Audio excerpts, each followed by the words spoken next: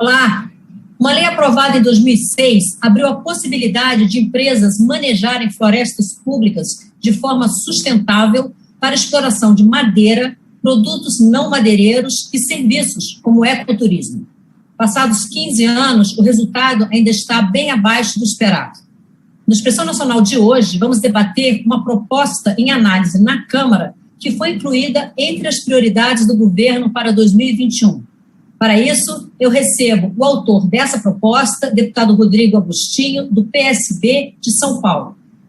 Ana Carolina Ayuc Bragança, procuradora da República no estado do Amazonas. O diretor-geral do Serviço Florestal Brasileiro, Valdir Colato. E o deputado Lúcio Moschini, do MDB de Rondônia. Você também está convidado para o nosso debate. Além das redes sociais da TV Câmara, nosso WhatsApp é 61 99620-2573.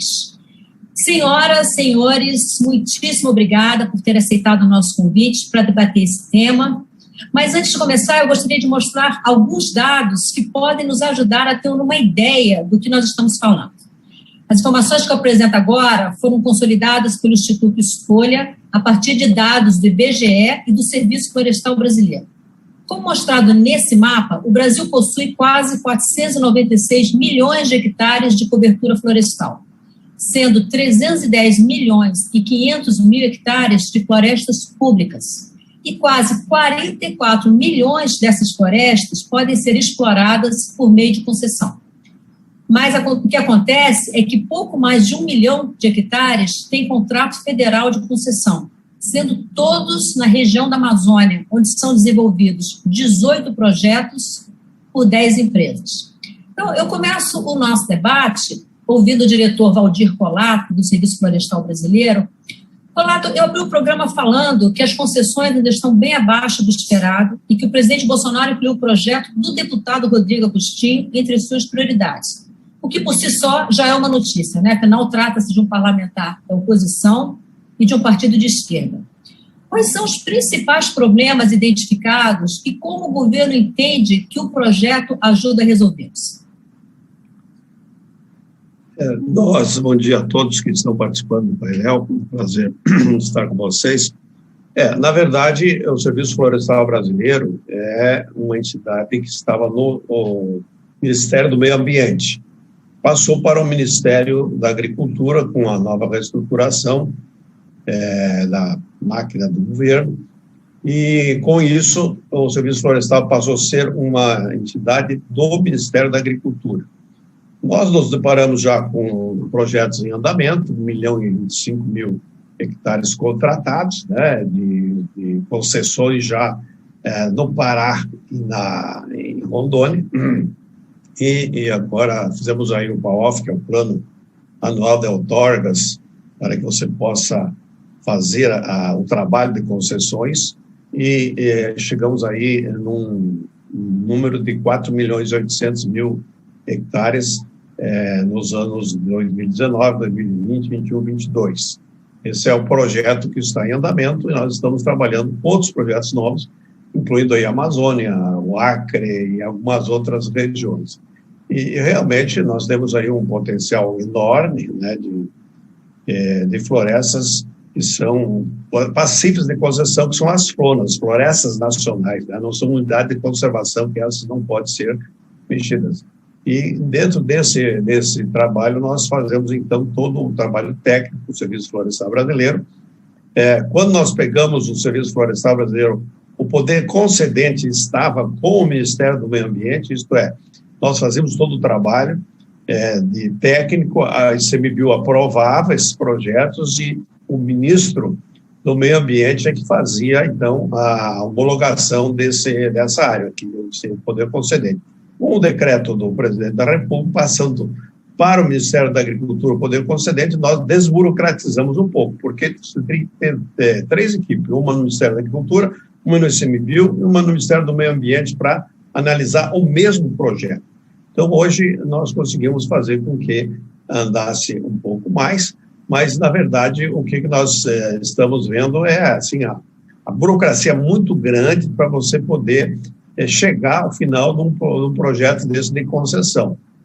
Acho que o projeto 5518, o deputado Agostinho e outros deputados, eles realmente avançam bastante. Nós estamos já estudando esse projeto, né, para dar o parecer técnico do Serviço Florestal Brasileiro. E gostaríamos aí de ter aí, depois a interlocução aí com o Lúcio Moschini, nosso amigo, deputado atuante nessa área, o Agostinho, que é o presidente da Comissão do Meio Ambiente, né, também na área da Procuradoria, para que a gente pudesse discutir exatamente todos esses processos, garantir a segurança, né, da concessão, em que ela seja realmente feita sob controle, mas também desburocratizando para que a gente possa avançar, não só na exploração da madeira em si, mas entrar em outras áreas da bioeconomia, da crédito de carbono, pagamento de serviço ambiental, o uso do resíduo da madeira para a bioenergia, uma série de assuntos que nós já estamos encaminhando, estamos tentando avançar para que o que nós estamos fazendo e o projeto possa se encaixar assim, numa evolução maior, para que o potencial realmente é em torno de 40 milhões de hectares que você pode utilizar, mas é claro que aí você tem todo um processo de acesso, esse realmente tem condições, porque você tem essas áreas, você tem em torno de 20 milhões de hectares que é área devoluta, vamos dizer assim, não destinada, mas ela está espalhada, principalmente na Amazônia. Onde é que estão essas áreas, né? Então, também um trabalho de localização dessas áreas para poder você enquadrar num plano anual de outorgas florestal, que nós estamos propondo aí também há algum tempo, que não seja mais anual, mas que ele seja plurianual, como é o projeto que está propondo aí, que eu acho que é uma boa, porque você faz um projeto, sim, a médio prazo no PAOF, que é a autorização para fazer as concessões dos anos futuros, né? Acho que nós temos aqui já vários pontos que dá para a gente começar o nosso debate. Deputado Júlio Moschini, eu queria ouvi-lo também em relação a essa mesma questão de como isso pode ajudar na concessão de florestas públicas, em acelerar esse processo, já em relação aos pontos apresentados pelo Valdir Colato, a questão da burocracia que envolvida nisso, várias equipes de vários órgãos, a questão da segurança jurídica, mas quero colocar já um comentário que chegou aqui de um telespectador nosso, Haroldo Almeida, de Delmiro Gouveia, Alagoas. Haroldo, que bom que você voltou aqui, há tempo que você não participava do Expressão Nacional, né? Ele diz o seguinte: como estas concessões vão dialogar e conciliar com as comunidades tradicionais que eventualmente utilizam essas áreas? Essas concessões, ele pergunta, vão fortalecer na prática a área nativa das florestas? O senhor que é de um estado que tem muitas comunidades indígenas, muitas comunidades tradicionais, como é que o senhor avalia isso? Maristela, só corrigir, deputado Lúcio Moschini. Oh, perdão. Tenho muito carinho pelos Júlios. Deputado, desculpe. Tá, tudo bem. Eu cumprimento o Valdir Colato, meu colega, militamos juntos já em outras demandas, no outro mandato, deputado Rodrigo Agostinho, doutora Ana Carolina, mas eu aqui em Rondônia, nós já temos uma concessão dessa na Flona do Jamari, e tem sido uma experiência maravilhosa. A gente consegue unir o fator de desenvolvimento econômico com respeito ao meio ambiente. Essa é uma equação muito difícil de encontrar um equilíbrio, muito difícil. Você fazer uma exploração dos recursos naturais existentes e equilibrar a questão econômica. Por quê? Porque a questão econômica sempre ela é avassaladora, ela é muito rápida, ela despreza o desenvolvimento econômico, social, com esse equilíbrio que é necessário ter. Então, essa exploração de floresta totalmente sustentável, ela é de bom grado, vejo com bons olhos, e são experiências que têm dado certo. Eu falo aqui em Rondônia, nós temos aqui na Flona do Jamari uma pequena comunidade que foi beneficiada já com recursos financeiros oriundos dessa exploração. O que eu acho aí, Maristela, é que os governos anteriores não fizeram nada com relação a essas concessões. E a nossa lei é de 2006. O Valdir Colato está organizando o sistema, está conhecendo, mas já está evoluindo muito. Mas nosso futuro depende sim dessa exploração. Por quê? Porque nós tínhamos uma exploração predatória, principalmente na região norte, onde não se respeitava o manejo ideal para aquele local. O madeireiro entrava, tirava a floresta de maneira ilegal, e aliás é o seguinte, ainda hoje existe muito isso no Pará, no Amazonas, em Rondônia, no Mato Grosso, isso faz parte da cultura do madeireiro, ir lá explorar de maneira ilegal, né? Então, com relação à pergunta aí da comunidade tradicional, elas é que são mais respeitadas. Por quê? Como está hoje, eles são totalmente respeitados porque a madeira é furtada. Eu quero que o Valdir Colato pesquise aí, o Augustinho, nós não vamos encontrar nenhuma unidade de conservação, nenhum local desse onde a madeira não é furtada. A madeira é roubada, inclusive pelas pessoas que fazem a exploração econômica nas circunvizinhanças da unidade de conservação. A comunidade tradicional, que é quem vive ali, quem está, são os maiores fiscais que o governo tem. Então, eu quero ser bem dinâmico com você, Maristela, e dizer o seguinte, é de bom grado, eu vejo com bons olhos e vou trabalhar, lutar muito para que nós possamos ter uma melhoria nesse sistema de exploração econômica sustentável das nossas madeiras, até mesmo para combater a grilagem de áreas públicas. Um projeto que eu defendo, trabalhei muito nisso, o Valdir Colato sabe, o Agostinho também, mas essa concessão da floresta é uma maneira de você impedir a grilagem, porque se eu sou o concessionário, se eu sou o permissionário ali, eu vou cuidar. Opa, ninguém toca aqui, isso aqui está sob minha responsabilidade. E eu avanço até mais um pouco. Acho que o governo federal poderia implantar esse sistema também na exploração mineral. Mas, por hora, eu fico na florestal e recebe aqui os meus aplausos. Deputado Lúcio Moschini, muito obrigada pela sua primeira intervenção. Eu queria ouvir agora a procuradora Ana Carolina. Ana Carolina, existem alguns aspectos jurídicos, né, que são sempre apontados envolvendo essa questão, eu queria ouvi-la sobre isso. O deputado Lúcio Moschini já trouxe aqui um ponto que é a questão da exploração ilegal de madeira na região.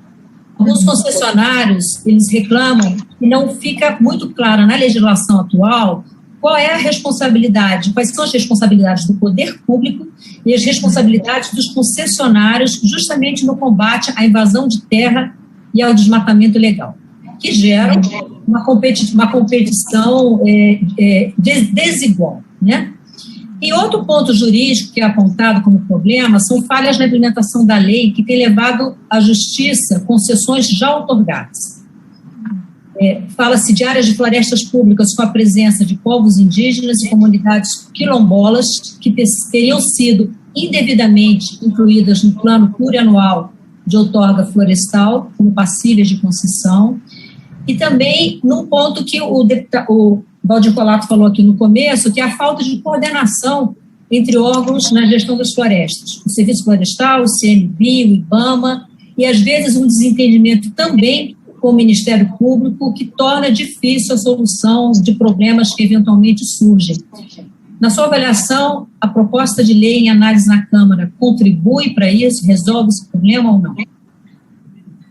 Bom dia, Maristela, bom dia a todos, deputado Lúcio Moschini, doutor Valdir Colato, deputado Rodrigo Agostinho. Agradeço muito pelo convite, pela oportunidade de falar com vocês aqui hoje. Eu acho que o projeto ele traz, sim, avanços em relação a algumas questões que são deixadas, talvez, em aberto, né, pela atual lei de gestão de florestas públicas, notadamente essa questão, por exemplo, da atribuição, né, ao poder concedente ou ao poder público do exercício das atividades de comando e controle na proteção das áreas públicas onde vão acontecer as concessões. Embora, do ponto de vista interpretativo, já seja uma decorrência do direito administrativo o fato de que o poder de polícia não se delega a entes privados, né, havia algum tipo de dúvida a esse respeito, e o projeto deixa bem claro que cabe ao poder público fiscalizar.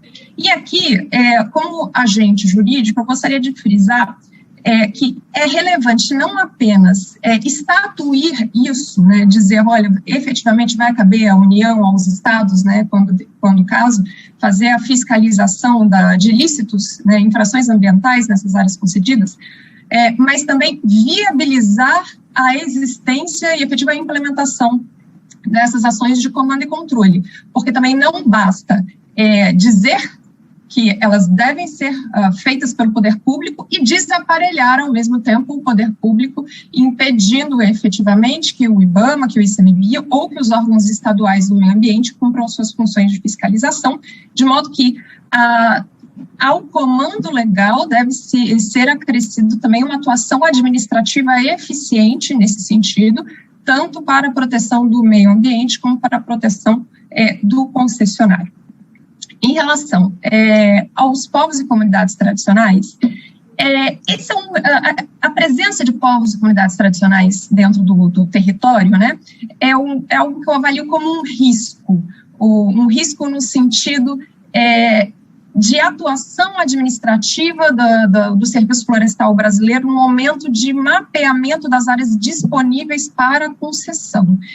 Então, os povos e comunidades tradicionais estão nos territórios, eles habitam a Amazônia, e é muito comum na história dessa região que eles sejam invisibilizados, ou seja, que as áreas sejam destinadas a finalidades diversas sem que se perceba que aquele povo está lá, né? E a forma deles estarem lá, por vezes, não é aquela forma que nós entendemos, né, muitas vezes com a percepção de centro-sul, de presença ou de posse. Dou aqui um exemplo muito claro. Os castanheiros, né, os coletores de castanha, eles têm as suas colocações de castanha que eles frequentam uma vez por ano na época da colheita. Então, durante 4 meses, eles estão presentes naquele território colhendo a castanha. No restante do tempo, ou eles não estão lá, estão nas suas casas, ou estão apenas fazendo ali algum tipo de manejo de proteção das árvores e tal. O fato deles não estarem naquele local 8 meses por ano não significa que eles não estão lá, ou que eles não têm a posse tradicional daquela área. Então, é preciso uma sensibilidade antropológica para verificar a presença desses povos em campos a fim de evitar o risco de entrar-se em conflito no processo, né, de concessão e de uso tradicional do território por parte desses povos. Essa sensibilidade tem que ser demonstrada, né, pelo Serviço Florestal Brasileiro no momento da elaboração dos estudos técnicos que viabilizam a identificação das áreas, né, que vão ser concedidas. E, por fim, em relação à falta de coordenação entre órgãos, eu acho que essa é uma questão em relação à qual deve haver avanços, né? Acho que a lei, talvez esclarecendo ali o papel de diversos órgãos, traz sim alguns avanços nesse sentido. Mas acredito que também é um problema talvez mais de gestão e de efetiva comunicação entre os órgãos públicos do que simplesmente de medida legislativa, né? Um problema que talvez seja mais solucionável do ponto de vista da gestão administrativa do que do ponto de vista do quadro normativo. E termino por aqui para também não monopolizar demais a conversa. Maristela, obrigada. Ok, muito obrigada. Deputado Rodrigo Agostinho, agora é o senhor que vai dizer para a gente como que o projeto que o senhor apresentou e que, como eu disse na abertura, foi colocado entre as prioridades do presidente Jair Bolsonaro para esse ano, resolve alguns dos pontos que já foram apresentados aqui. A questão da burocracia, de haver múltiplas equipes para tratar do mesmo assunto, equipes que, por vezes, não conseguem trabalhar de forma sincronizada, a questão da invisibilidade dos povos tradicionais e como é que isso impacta a atuação das concessões florestais. O que o senhor pode adiantar para a gente nessa primeira rodada? Bem, antes de mais nada, dizer que é um prazer enorme estar aqui falando com vocês. A gente precisa ter clareza da seguinte situação. Nós temos 1/3 das florestas tropicais no mundo na Amazônia. A Amazônia a gente compartilha com outros 8 países. Do ponto de vista do Brasil, nós estamos falando de 2/3 das nossas florestas, praticamente metade do nosso território. E a gente está assistindo hoje um desmatamento muito intenso, notadamente de floresta pública, por conta de uma verdadeira corrida em busca de terras na Amazônia. Então, grandes companhias fazem a grilagem, o desmatamento, a demarcação de lotes e a venda de terras públicas hoje na Amazônia. E essas terras são notadamente terras públicas não destinadas. e depois as pessoas que compram esses lotes procuram o INCRA para fazer a regularização fundiária. Então, esse é o processo que a gente está tendo, um processo que vem resultando em 1 milhão de hectares de florestas desmatadas por ano, né? Então, é um valor muito alto. Nós também estamos tendo, ao lado dessas áreas desmatadas, uma intensidade muito grande de incêndios florestais. 10% da floresta em pé na Amazônia já é floresta extremamente degradada por conta dos incêndios. Hoje nós temos ao todo 53 milhões de hectares de áreas da Amazônia que eram florestas, hoje ocupadas por pastagens, e mais 6 milhões de hectares de agricultura. Então precisava dar uma resposta. A Câmara, o ano passado, aprovou o projeto de pagamento por serviços ambientais, que é uma solução para áreas privadas, mas a gente precisava de uma solução também para áreas públicas.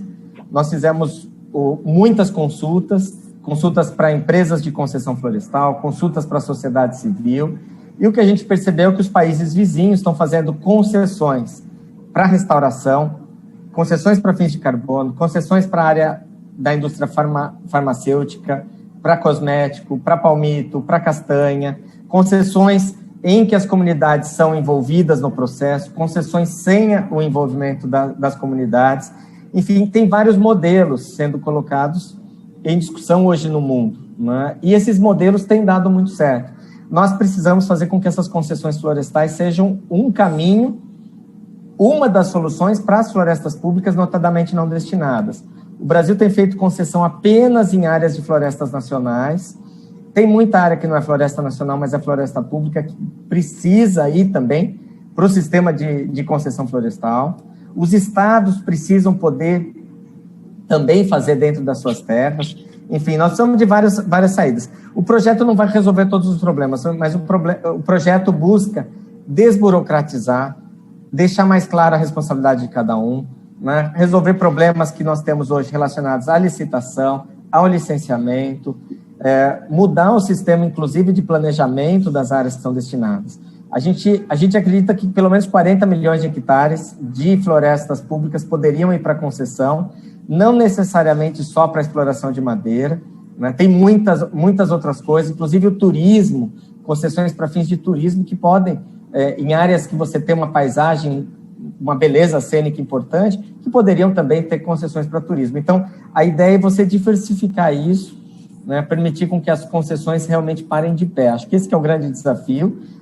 Agradeço muito a outros deputados que são coautores dessa matéria, que ajudaram no debate, e tenho certeza que vai ser um debate muito rico, e tenho certeza que deputados como o deputado Lúcio Moschini, que conhece isso, que sabe da dificuldade, né? Rondônia é um estado que uma parte significativa de Rondônia foi desmatada sem que ninguém tivesse qualquer renda com isso, né? E hoje pode, por exemplo, uma parte de Rondônia, você ter concessões, inclusive, para fins de restauração, para fins de agricultura, de sistemas agroflorestais, enfim. Então, a questão é a gente encontrar um caminho para isso, onde todo mundo saia ganhando e, notadamente, a floresta seja mantida em pé. Deputado, o senhor comentou que outros parlamentares são coautores do projeto. Há parlamentares, inclusive, da bancada ruralista, né? Acho que é importante a gente deixar isso claro para quem nos assiste, né? Sim. Nós temos a deputada Aline Gurgel, a deputada Átila Lins, o deputado Bosco Saraiva, o deputado Joaquim Passarinho, o deputado Sidney Leite e o deputado Henrico Missassi, que são coautores da matéria, né? E alguns outros deputados também participaram dos debates. Então, foi um debate muito rico, um debate que durou um ano. Como eu tenho clareza, nós precisamos de mais, nós precisamos da implementação do Cadastro Ambiental Rural, da implementação do PRA, a gente precisa que o Serviço Florestal Brasileiro tenha estrutura, da mesma forma como a gente precisa que IBAMA, ICMBio, FUNAI, INCRA também tenha estrutura para poder dar conta do recado.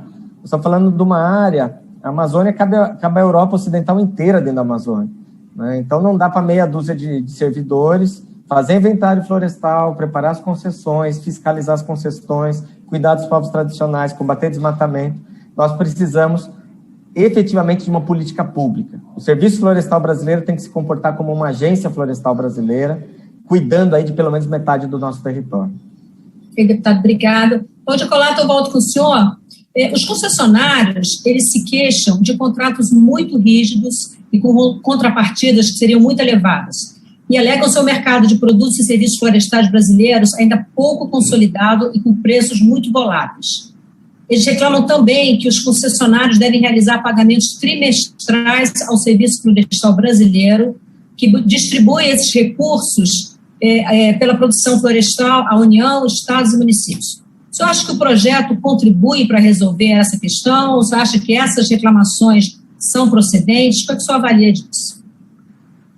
Eu gostaria só de complementar alguns comentários que foram feitos anteriormente, dizendo que todos os cuidados para você fazer a concessão, tanto ambiental, como de segurança, como de domínio, né, como de presença de povos tradicionais ou indígenas, elas são eliminadas desse processo, inclusive áreas que têm grande interesse ambiental. Então, esse cuidado é feito totalmente, a APP é preservado, as florestas que em extinção também são preservadas, né, não se pode cortar, enfim, uma série de ações. E um dos maiores problemas que nós estamos enfrentando, na verdade, é a grilagem. Viu, Lúcio? Você que sabe lá da colônia, a grilagem é o roubo de madeira. Porque aí fica a questão, como a doutora Carolina está falando, está faltando gente e tal. Olha, o Exército Brasileiro está lá tentando segurar o roubo de madeira, a grilagem, não consegue, porque a coisa é imensa, na metade do Brasil está na Amazônia. Então, esse processo realmente está nos trazendo um problema, inclusive de empresas que ganham a concorrência e desistem porque não conseguem fazer a segurança. E aí a pergunta, de quem é a responsabilidade de fazer a segurança? É claro que é o poder público, porque a segurança é uma questão do poder público. Na proposta, inclusive, que o Agostinho tem aí, esse projeto está propondo que o poder concedente que faça a segurança. Nós, Serviço Florestal Brasileiro, não temos competência legal para fazer essa segurança, porque você tem aí Polícia Federal, tem o IBAMA, tem o CMBio, que fazem essa área de fiscalização. Então, nós temos que conversar, inclusive, no projeto para ver como é que fazemos, porque nós não temos competência legal para fazer a fiscalização na área de segurança. Nós fazemos a fiscalização na área da produção, da economia, né? Até nós temos lá um sistema de controle, de custódia, né? Onde você tem a segurança desde a retirada da madeira lá do pé da árvore até o transporte, até a imprensa, e através do celular, inclusive, um código que você pode acessar de onde é que é a origem dessa madeira. Isso nós temos. Agora, é uma questão da segurança na questão da tecnologia, né? Não é você ter lá a presença física do cara que vai lá trabalhar ou tirar o invasor. Mas nessa questão da divisão é exatamente assim. O valor da madeira que é feito o inventário, né, retirado pelo concessionário, ele volta para diversos órgãos. Então, assim, 30% é o Serviço Florestal Brasileiro, que é o recurso que você tem para fazer esse trabalho todo, né, porque nós não temos perna para fazer isso, e foi colocado bem claro aqui que o Cristina está falando que os órgãos têm que ser estruturados, tem que ser, porque o Serviço Florestal tem em torno de 160 funcionários, né, mas de campo mesmo tem 30 ou 40, e você não tem perna para fazer um trabalho no Brasil todo das florestas brasileiras, que é a metade do Brasil, são 66% hoje de floresta nativa, né, que nós temos superiores a 57%, e por aí afora.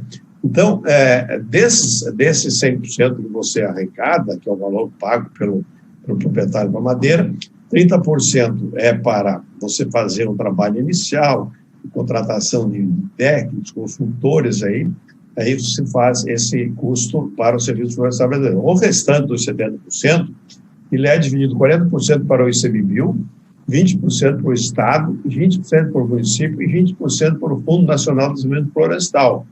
E esse recurso, então, volta para os municípios, né? Tem vários municípios que já têm recebido esses recursos, para fazer os programas sociais de todo o município. Quem faz essa aplicação no município é um conselho municipal que decide qual o programa que eles vão aplicar esses recursos. E, infelizmente, nós temos aí prefeituras que estão com dinheiro em caixa, 2 milhões, não vou falar o nome da prefeitura aqui, e não tem projeto para poder aplicar esse recurso. Então, nós temos aí dificuldade nisso, mas realmente essa distribuição é mais difícil, vamos dizer, você reorganizar, reestudar os contratos é possível, porque às vezes você faz um inventário, não é aquilo que se levantou, né? Mas você não pode fazer o inventário total da área, porque não existe maneira de fazer para o serviço florestal e o custo seria muito alto. Então, você acha que esse pagamento deve continuar trimestral? Você acha que assim, o que se faz nesse processo realmente é os contratos. Dos contratos tem a lei, né? E nos contratos você faz uma negociação com as empresas que são as concessionárias, para que elas possam ter a viabilidade econômica, né? E aí entra todo esse processo de como elas vão fazer, como não vão fazer. Nós temos os RESECs que tratam dessas comunidades tradicionais. Uma das nossas propostas é que você tenha uma cota, viu, o deputado Agostinho, uma cota dessa madeira que você retira com essas grandes concessionárias, que ganham os grandes projetos, sejam fornecidos às pequenas indústrias, para que elas tenham matéria-prima legal, né? O que acontece? Como elas não têm matéria-prima legal, porque elas não conseguem ganhar essas concorrências, elas vão para a ilegalidade, né? Então, nós temos aí outros processos que nós queremos implantar para ver se a gente consegue viabilizar. Mas esse recurso realmente é uma discussão que nós temos, inclusive temos aí a desistência de algumas empresas que ganharam a concorrência e desistiram por economicamente serem viáveis. Mas é toda uma negociação que se tem lá, de retirada de madeira, qual é a madeira que está no mercado, qual é que tem preço, que não tem preço, como é que vai. É muito complexo e isso tecnicamente se resolve. Essa questão da ilegalidade, quando se fala em Amazônia, em exploração dos recursos, é algo que sempre aparece. E aí eu quero ouvir o deputado Lúcio Moschini, porque os concessionários, eles reclamam, com justiça, que é muito difícil concorrer com quem explora a madeira e outros produtos, né, das florestas de forma ilegal. Porque quem explora de forma ilegal não tem que cumprir todos os ritos, não tem que pagar todas as taxas, tem um insumo mais barato e pode vender de forma mais barata. Quero saber se o senhor concorda com essa reclamação e como resolver. Obviamente, tem a questão da fiscalização, a procuradora chama a atenção do desaparelhamento de órgãos como IBAMA e ICMBio, tem a questão orçamentária, que sempre é falada, que esses órgãos estão sempre com recursos, disponibilidade de recursos cada vez menor. O Valdir Colato disse que o Exército está lá e nem o Exército consegue resolver isso. Como é que se consegue resolver essa sinuca de bico aí? Olha, Maristela, eu moro em Rondônia, eu nasci aqui, eu sou daqui e conheço a região norte. A doutora Ana Carolina também está em Manaus, deve conhecer a dimensão que é a nossa floresta amazônica. É uma besteira de todo tamanho a gente pensar que IBAMA, ICMBio, Secretaria de Desenvolvimento, Secretaria Ambiental dos Estados, vai cuidar disso. Não tem a menor condição de fazer isso, porque as nossas dimensões territoriais são, assim, quase que incalculáveis a olho nu para um ser humano fazer. Então, nós temos que ter tecnologia para fazer essa fiscalização. Agora, e o governo precisa abrir imediatamente essa terceirização da exploração, porque o concessionário vai ser um parceiro nessa fiscalização. Ele também não tem como ser responsabilizado, mas, ora, ele é o dono daquilo ali por um período de 20, 30, 40, 50 anos.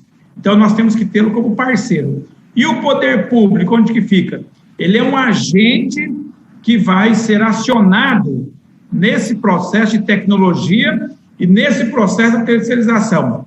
Veja bem, Agostinho, porque nós não podemos deixar com o concessionário porque ele não tem poder de polícia.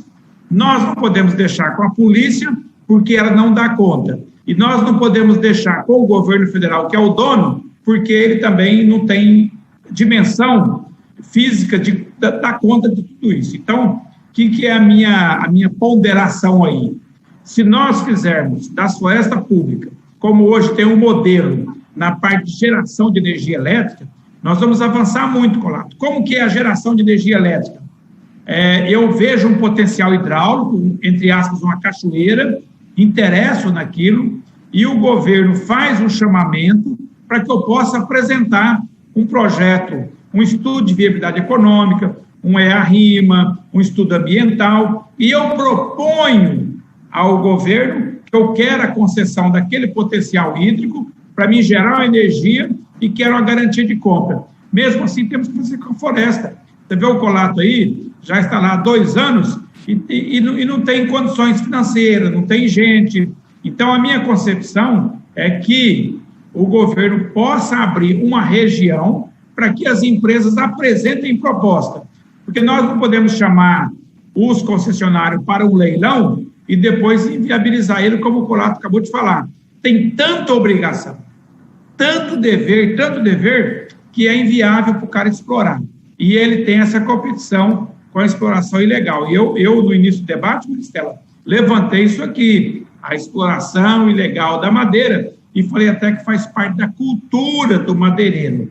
Mas, deputado, como que nós vamos fazer isso? Como que vai resolver isso? Não resolve agora não, em 2021, 2022, não resolve. Essa é uma questão que nós temos que ir implantando, combatendo, lutando, tendo como parceiro o concessionário privado, o poder de polícia, do poder público e a tecnologia. Porque... Então, pode falar, Marcia. Essa parceria com o setor privado, com o concessionário, é que o senhor está chamando de terceirização? De terceirização. A partir deles. Por quê? Eles têm uma caminhoneta, eles têm um helicóptero ali, eles têm uma estrada para ir lá fiscalizar, eles têm a denúncia da circunvizinhança, das próprias comunidades, falam, está pegando madeira lá no fundo, está tirando IP lá, está tirando mognos, cerejeiras. Então, essa parceria, ela tem que estar no processo legal do projeto do deputado Rodrigo Agostinho. Só assim nós vamos conseguir. E não é da noite para o dia também, considerada a dimensão que tem as nossas florestas, Maristela. Obrigada. Procuradora Ana Carolina, eu tenho aqui um comentário que chegou via Twitter, do Luiz Roberto de Miranda. Ele diz o seguinte: uma concessão, se não houver uma ação forte contra o desmatamento, se não houver fiscalização, estará atentando contra a preservação ambiental, né? E existe também uma pergunta se é possível haver concessão também de florestas particulares, se a legislação permite também haver concessão de florestas particulares. E, de repente, o Rodrigo Agostinho, quando for a fala dele, pode falar também sobre como é que a sua proposta trata disso, das florestas particulares. Mas eu quero ouvi-la em relação ao que foi falado aqui sobre a fiscalização, sobre essa proposta do deputado Lúcio Moschini, de que é preciso haver uma terceirização, uma parceria de 3 elementos, basicamente, do concessionário, do poder público, por meio do seu poder de polícia, e também o poder público garantindo tecnologia para isso. Obrigada, Maristela. Na verdade, o enfrentamento ao desmatamento, e diria mais, a ilícitos ambientais em geral na Amazônia, é multifatorial. Então, de fato, não é possível entender que uma metodologia única daria conta de evitar os ilícitos ambientais como um todo. Isso significa que o comando e controle sozinho, as ações de fiscalização sozinhas, não vão dar conta. O ordenamento fundiário sozinho também não daria conta. Assim como os instrumentos mercadológicos sozinhos também não dariam conta. E a gente tem, na nossa história, né, do nosso país, um exemplo muito claro de como é a associação entre diversos fatores que produz efetivos resultados. Esse exemplo vem em 2004 com a primeira fase do PPCDAN, que é o Plano de Prevenção e Controle ao Desmatamento na Amazônia, que associou instrumentos mercadológicos, instrumentos creditícios, instrumentos de ordenação fundiária, principalmente por meio da criação de unidades de conservação, e também fortemente instrumentos de comando e controle, conduzindo logo em seguida a um patamar mínimo de desmatamento que foi atingido no ano de 2012. De lá para cá, nós tivemos um recrudescimento, né, do fenômeno do desmatamento, mas, ao mesmo tempo, também tivemos o enfraquecimento dos órgãos ambientais em geral, tanto sob o aspecto de comando e controle, e por isso é um pouco falacioso dizer o comando e controle não funciona tanto que o desmatamento está crescendo.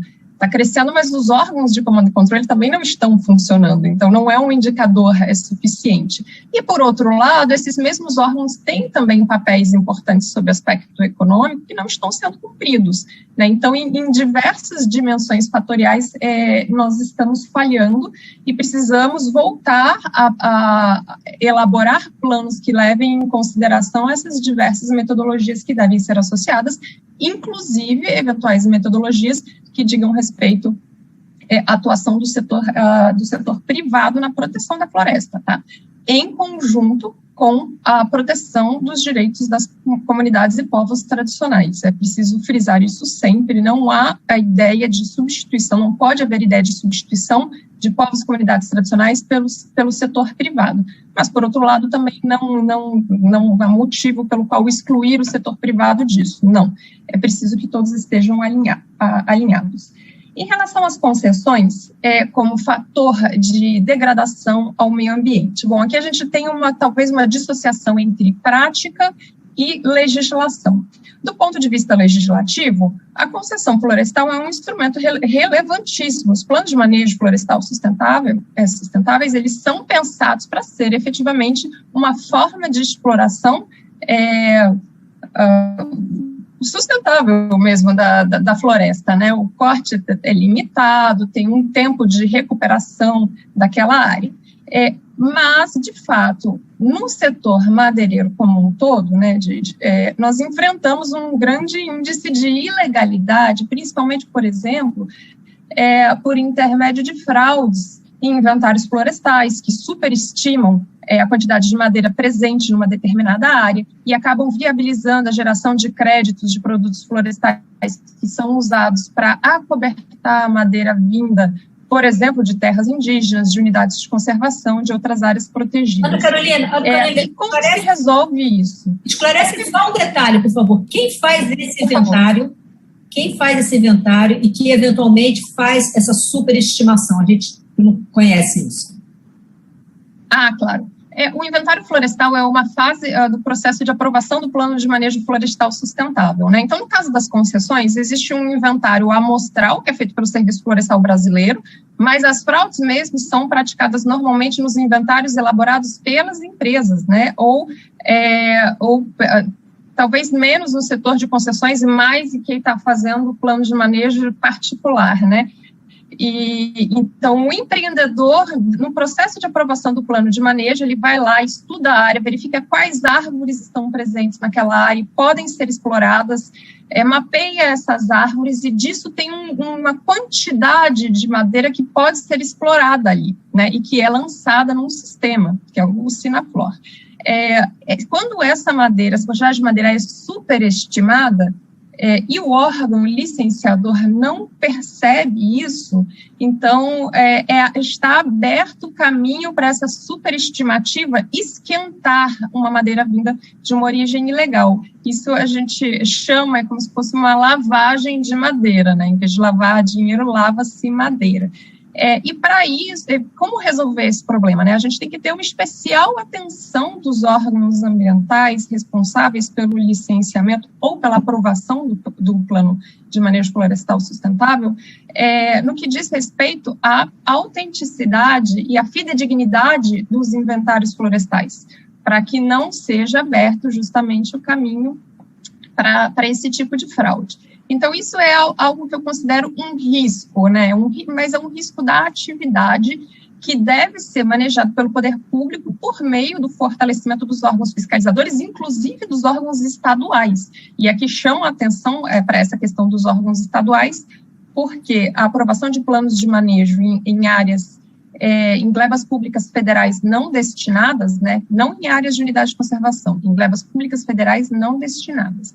Normalmente é da atribuição dos órgãos estaduais de meio ambiente que precisam estar também, então, preparados para essa tarefa de fiscalização, de análise técnica, né, dos processos de licenciamento, de aprovação dos planos de manejo, para que as fraudes sejam evitadas. Muito obrigada, deputado Rodrigo Agostinho. Eu queria ouvir em relação a alguns pontos que foram colocados aqui e como o seu projeto contribui para resolvê-los. que é algo muito sério, que foi o que a Ana Carolina colocou agora, a procuradora, sobre essa questão da superestimação do potencial a ser explorado, que permite uma lavagem de madeira, ou seja, uma venda da madeira ilegal, como se legal fosse, a questão da competência dos órgãos estaduais, os contratos, a rigidez dos contratos, que eu coloquei no início dessa rodada, para o Valdir Colato, a rigidez dos contratos que existe hoje, e, por fim, essa pergunta que chegou do nosso telespectador sobre a concessão de florestas, se essa legislação ela engloba também a questão das florestas particulares. De maneira muito clara, né? Nós precisamos pensar a Amazônia do ponto de vista de uma Amazônia 4.0.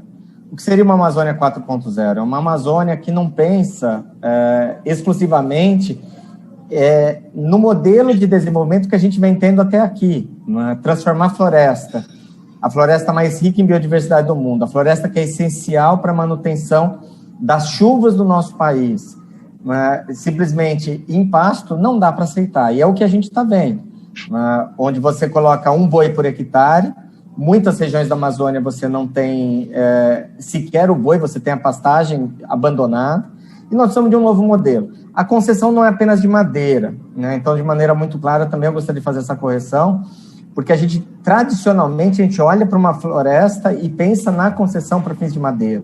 A concessão também pode ser para produtos da indústria farmacêutica, indústria de cosmético, castanhas, palmito, carbono, turismo, agrofloresta, enfim, pode ir para muitas coisas. Mas, de maneira muito clara, a gente precisa de tecnologia, a gente precisa de checagem em campo, né? Então, não basta apresentar num plano de manejo florestal, algum grau de checagem precisa ter que possa mostrar a autenticidade daquele trabalho. Óbvio que você não vai inventariar 100% das árvores, mas fazer pequenos inventários é possível, e é possível, sim, checar a produtividade daquela área para madeira ou para qualquer outro tipo de produto. Nós precisamos que os órgãos efetivamente funcionem, né? Por exemplo, o meu sonho é ver, por exemplo, o Serviço Florestal Brasileiro botar para funcionar a validação do CAR dinamizada, né? Eu quero ver esses números. Se a gente não passar limpo o nosso território, não fazer com que esses instrumentos funcionem, a gente vai continuar nessa situação de grilagem de terra, de ocupação desmedida.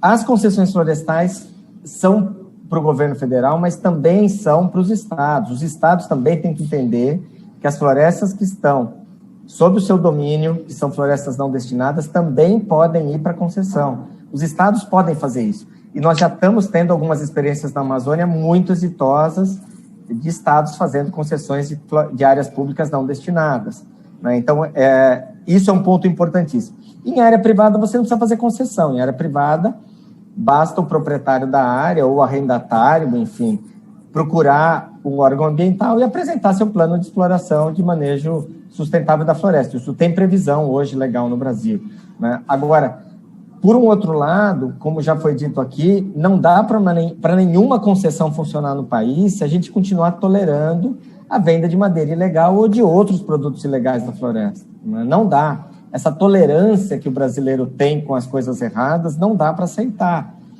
Recentemente, agora há pouco mais de um ano, o governo desistiu, inclusive, de fiscalizar madeira exportada, né? O IBAMA abriu mão da sua atribuição de fiscalizar a madeira que é exportada, né? No mundo inteiro, o que ganha espaço é a rastreabilidade dos produtos. Quem compra quer saber o que está comprando, né? Hoje, pelo aplicativo do próprio Serviço Florestal Brasileiro, em tese, eu comprando uma tábua para fazer um móvel na minha casa, é possível rastrear em qual é a coordenada geográfica que saiu a madeira, né?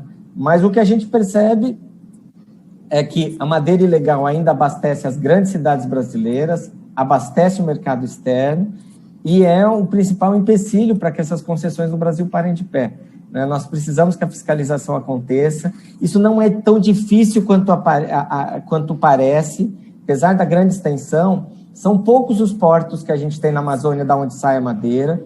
Então, você tendo a fiscalização em 2, 3 portos, você pega 90% da madeira, né? A maior parte dos polos madeireiros estão concentrados em poucas cidades, né? Então, você tem uma população espalhada pela Amazônia inteira, mas você sabe exatamente aonde estão esses polos madeireiros, onde essa madeira está saindo. 95% do desmatamento na Amazônia ocorre a 5,5 km das estradas. Então, assim, é possível, sim, organizar, como disse o deputado Lúcio Moschini, com tecnologia, com uma série de estruturas, você fiscalizar e fazer com que a Amazônia se torne uma terra de alguém, né? E não como é hoje, uma terra de ninguém. Eu acho que esse que é o grande desafio que a gente tem, de fazer as instituições efetivamente funcionarem. Obrigada, deputado. Valdir Colato, nós estamos indo para a nossa última rodada. Eu pediria que todos fossem um pouco mais objetivos. Foi falado muito aqui da necessidade do governo fazer funcionar determinadas coisas. O deputado Rodrigo Agostinho falou do CAD, da questão de inteligência, né? Porque se a questão é fiscalizar determinados portos, em determinados portos você pega 90% da madeira que passa por esses portos, do que é explorado de forma ilegal, é um trabalho de inteligência. Né, de inteligência com tecnologia, que foi muito bem dito aqui pelo deputado Lúcio Moschini. De forma bem objetiva, o que o governo, por meio do Serviço Florestal Brasileiro, pretende fazer para resolver de forma mais efetiva tudo isso que foi colocado? E eu tenho uma última pergunta também para o senhor, de um telespectador, o Felipe, Felipe, ele diz o seguinte: ele quer saber se existe uma estimativa do valor, do volume de recursos que pode se obter com essas concessões que o governo pretende fazer, e para onde serão destinados esses recursos. Eu entendo que realmente nós temos aí trabalhar muito essa estrutura, né, dos órgãos que tratam das florestas, não esquecendo que nós temos 66% do território brasileiro que são florestas. Então, veja o tamanho, né, do desafio. Você cuidar de áreas remotas que não têm presença humana, de fronteiras, como é a nossa Amazônia, então é uma coisa muito complicada. Vocês viram aí todo o trabalho que o vice-presidente Mourão está fazendo aí com a coordenação da Amazônia, com o Exército Brasileiro, apreensão de madeira. O senhor tem razão. Agora, os órgãos de fiscalização não têm capacidade estrutural para poder fazer essa fiscalização, porque é metade do Brasil, né? Metade do Brasil. E você teria que ter lá toda essa parceria do município, do Estado, da União, da área privada. Nas áreas de concessão, hoje, as áreas mais cuidadas que tem, né? Você não vê focos de incêndio, os roubos são mínimos, quando as pessoas denunciam, vai lá o ICMBio, vai lá o IBAMA, junto agora com a Polícia Federal, e fazem esse trabalho. Então, é uma coisa hercúlea para você fazer essa segurança, como dizer assim, como é que você vai controlar o tráfico no Brasil? Tem todo um aparato e não se consegue fazer. E eu digo que a questão da madeira é como se fosse droga, né? Porque tem alto valor agregado, tem maneiras de você buscar esse produto em áreas desprotegidas, né? E com certeza você não tem como trabalhar. É claro que a questão de tecnologia, rastreabilidade, as madeiras que saem das concessões já são rastreadas. Você sabe exatamente de onde é que saiu essa madeira até chegar no consumidor, no nosso sistema de custódia.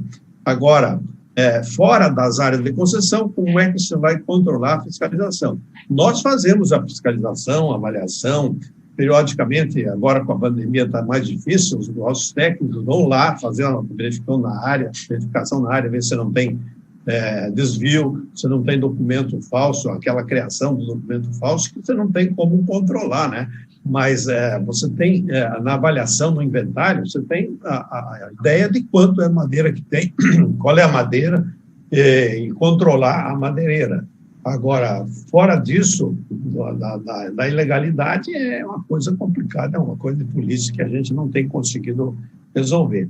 Mas eu queria dizer aí, então, que, para o Agostinho, que a bioeconomia é um trabalho muito forte que nós estamos fazendo junto ao Serviço Florestal Brasileiro. Nós temos o nosso laboratório de pesquisa florestal, tem todo um know-how, faz cursos, inclusive, de como usar esses tipos de matéria-prima, que não seja só a madeira, né? E é um dos fatores que eu queria pedir ao Agostinho para que nós discutir isso, para colocar um capítulo especial nesse projeto só da bioeconomia, né?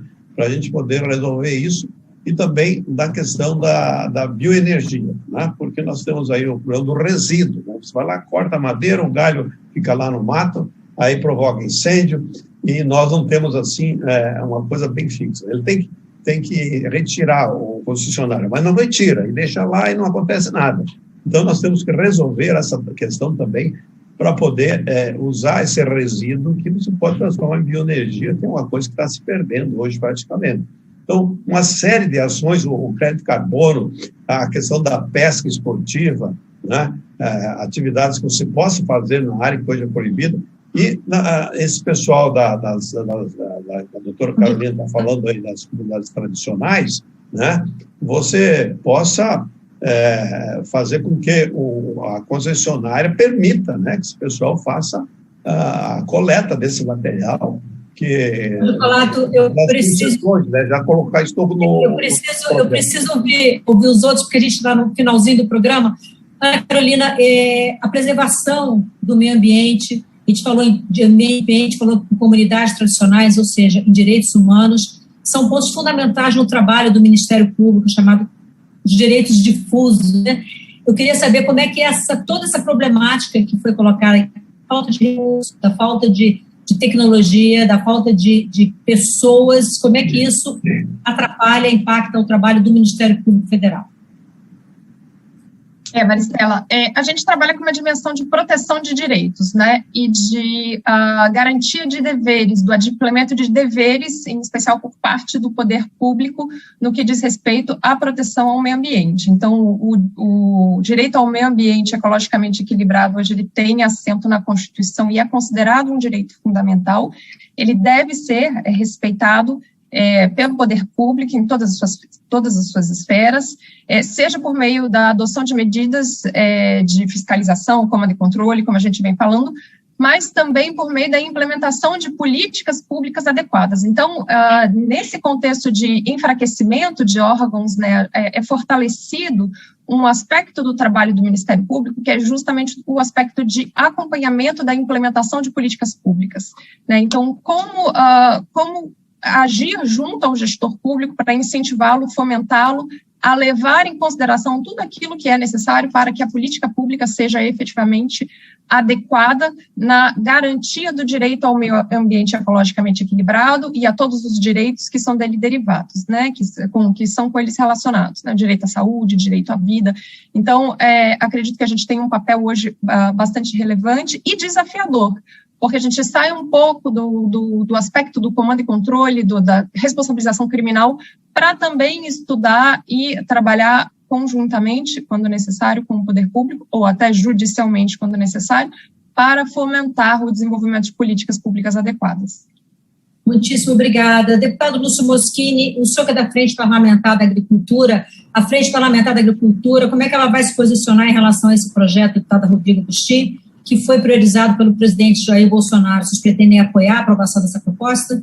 Olha, Maristela, eu penso que nesse período pós-pandemia, nós temos que buscar saídas econômicas para o país, né? E nós temos que respeitar esse equilíbrio econômico entre o meio ambiente e a rentabilidade que o setor privado precisa. Eu vejo com muito bons olhos esse projeto do deputado Rodrigo Agostinho, que permite a exploração de florestas públicas brasileiras. Nós temos um potencial enorme, 60% do nosso país está ocupado por florestas.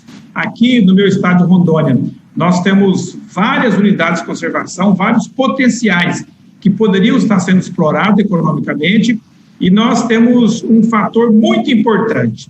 Nós vamos gerar emprego, vamos gerar renda, vamos gerar divisa e desenvolvimento social para as famílias que vive no entorno da floresta, que hoje está sendo explorada de maneira criminosa, que é o roubo de madeira de florestas públicas. Então, esse projeto, permitindo a concessão da floresta pública, eu tenho certeza que nós vamos ter um novo caminho no cenário econômico do extrativismo vegetal, principalmente na região norte. Com certeza, a Frente Parlamentar vai ouvir o deputado Agostinho, e nós temos caminhado, assim, sempre de maneira muito progressista, buscando o equilíbrio do meio ambiente com o setor econômico. E a exploração de florestas públicas é um exemplo muito, muito positivo, nosso do Brasil, para os países europeus, para os Estados Unidos, para os demais países que criticam a nossa exploração. Entretanto, não conhecem a dificuldade que nós temos, as dimensões territoriais, a dificuldade de fiscalização. Então, eu já sou aliado de primeira hora do setor produtivo e nesse projeto nós vamos trabalhar muito no sentido de aprovar e fazer as melhorias necessárias. Deputado Rodrigo Agostinho, diante do apoio da Frente Parlamentar da Agricultura, da prioridade do presidente Jair Bolsonaro para o seu projeto, na sua avaliação, quais são as perspectivas de aprovação? Como é que estão essas discussões com a mesa diretora da Câmara? O senhor está sem áudio. Não, a gente faz videoconferência o dia inteiro, esquece de ligar o microfone. Mas, Maristela, eu queria, antes de mais nada, agradecer essa oportunidade de estar aqui. Eu acho que foi um diálogo muito importante com setores que muitas vezes estão em posições antagônicas. Eu acho que nós precisamos entender que a concessão de floresta pública é uma importante ferramenta. É uma importante ferramenta para a gente manter florestas em pé. Tem jeito de fazer as concessões funcionarem nesse país, né? O Brasil precisa olhar com carinho para isso. A renúncia fiscal que a gente tem com as ilegalidades que acontecem na Amazônia é algo gigantesco e que empobrece a população da própria Amazônia. Essa madeira ilegal que é extraída da floresta não é só um problema ambiental, mas é um problema tributário, porque ninguém paga imposto disso, né? Também é um problema social. Então, nós precisamos de ferramentas. Nós vamos trabalhar agora com o presidente da Casa para a nomeação de um relator para esse projeto. Nós entendemos que é uma proposta importantíssima. O texto vai continuar sendo discutido para que ele possa ter um amadurecimento ainda maior. Então, vamos dialogar com os técnicos do governo, né, com o Serviço Florestal Brasileiro, IBAMA, ICMBio, vamos dialogar com os estados, porque essa ferramenta não é uma ferramenta apenas para o governo federal, ela precisa ser uma ferramenta para os estados. Nós precisamos que o Serviço Florestal Brasileiro se torne uma verdadeira agência florestal brasileira. Se metade do nosso território é floresta, nós precisamos cuidar dessas florestas e fazer elas valerem mais do que elas valem se elas forem desmatadas, que é a situação que a gente tem hoje, né? Então, o Serviço Florestal Brasileiro precisa cumprir com o seu papel de dinamizar o CAR, fazer as validações, implementar o PRA e fazer com que as concessões saiam do papel. Nós temos esse desafio porque nós estamos falando aqui de metade do território brasileiro. E nós precisamos também que as instituições, do ponto de vista de cumprir com a lei, como é o caso do Ministério Público, também tenham a estrutura necessária para dar conta do enfrentamento, né? Hoje, os crimes ambientais da Amazônia acontecem à luz do dia, são monitorados por satélite, e a efetividade da norma acaba não acontecendo, porque a estrutura é aquém da necessidade, os órgãos de fiscalizações não conseguem atacar todos os problemas, o desafio é muito grande. Deputado Rodrigo Agostinho, muitíssimo obrigada por sua participação no Expressão Nacional, desejo boa sorte, sucesso com a sua proposta. Quero agradecer também a Procuradora da República no Estado do Amazonas, Ana Carolina Ayuk Bragança, muito obrigada também. Valdir Colato, diretor-geral do Serviço Florestal Brasileiro, muito obrigada também por sua participação no Expressão Nacional, e deputado Lúcio Moschini, MDB de Rondônia, integrante da Frente Parlamentar da Agricultura, grata também por sua presença no nosso debate. Bom, nós conversamos hoje sobre o projeto de lei 5518 do deputado Rodrigo Agostinho, ele é um dos signatários, o primeiro signatário, que flexibiliza o modelo de licitação e os contratos para a concessão de florestas públicas. Se você quiser acompanhar o andamento dessa proposta na Câmara, vai na página da Câmara, no alto da página, Atividade Legislativa, Propostas Legislativas, PL 5518 de 2020, cadastre o seu e-mail e você passa a ser notificada de toda a tramitação dessa proposta na Câmara dos Deputados. Eu sou Maristela Santana e a gente se vê na próxima segunda, às 11 da manhã, aqui na TV Câmara e nas redes sociais com mais um tema polêmico. Até lá!